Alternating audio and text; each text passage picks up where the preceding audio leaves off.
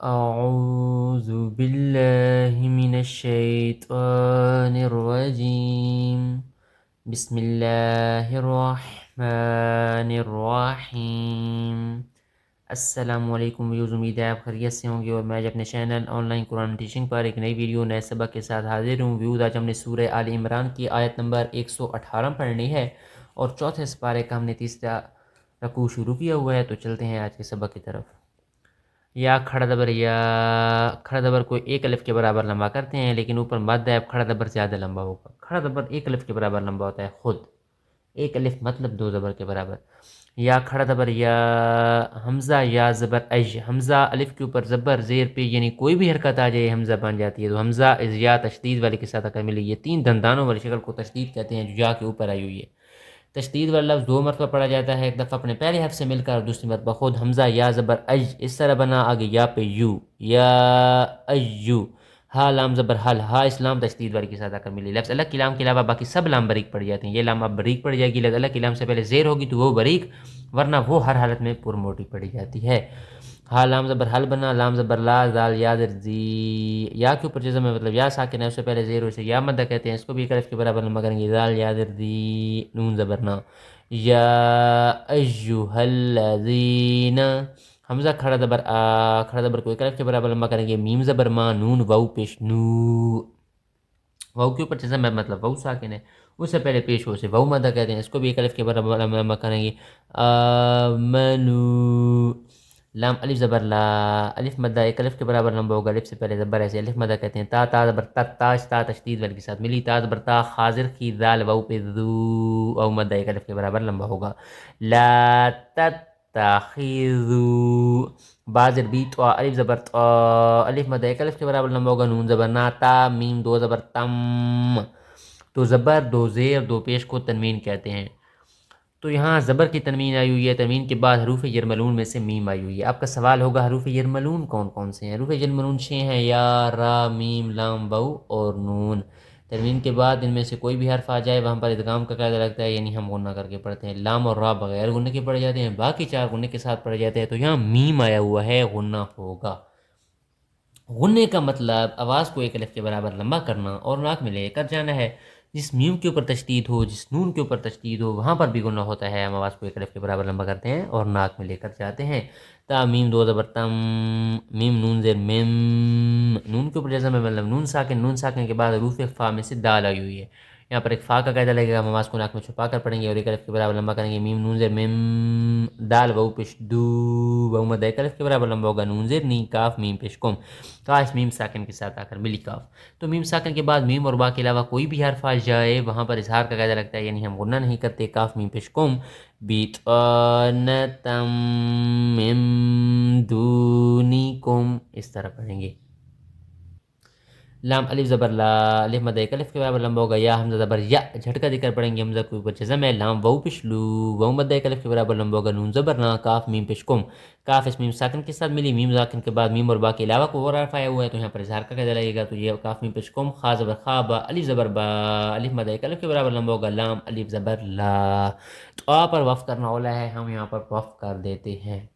اگر ہم یہاں پر وقف نہیں کریں گے تو لام واو دو زبر لام اس طرح بن جائے گا، کیونکہ تنوین کے بعد حروف یرملون میں سے واو آئی ہوئی ہے، غنہ ہوگا، ادغام کا قاعدہ لگے گا.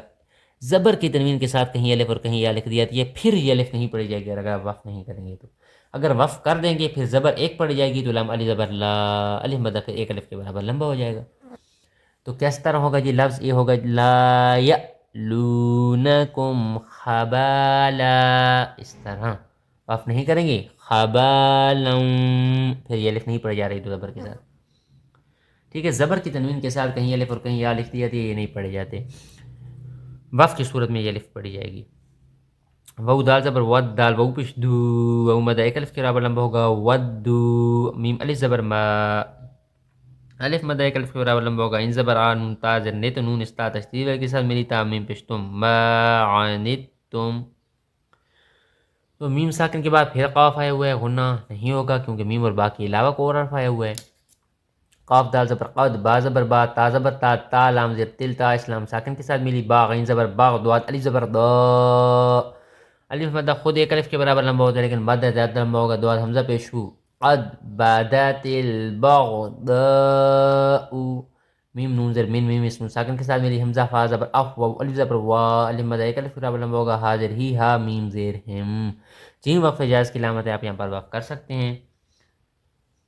تو صلی، میم اور صلی یہاں پر دو یعنی کہ آئے ہوئے ہیں رموز اوقاف، جیم وقف جائز کی علامت ہے، آپ یہاں پر وقف کر سکتے ہیں یہاں، لیکن یہ لفظ جہاں پر آ جائے صلی تو یہاں پر وہاں پر ملا کر پڑھنا بہتر ہوتا ہے۔ تو میں پیچھے سے ساری آیت دوہرا دیتا ہوں، قد بدت البغضاء من افواہہم، اس طرح پیچھے سے میں آیت دوہرا دوں، آگے چلتے ہیں، یا ایہا الذین آمنوا لا تتخذوا بطانة من دونکم لا یألونکم خبالا ودوا ما عنتم قد بدت البغضاء من افواہہم، اس طرح واو زبر وا میم الف زبر ما الف مدہ پھر ایک الف خطاب لمبا ہوگا، تا خا پیش تخفا یا ظرفی یا مدہ بھی ایک الف خطاب لمبا ہوگا، وما تخفی سواد پیش سو، دال واو پیش دو واو مدہ ایک الف خطاب لمبا ہوگا، را پیش رو ہا میم پیش ہم، صدورہم،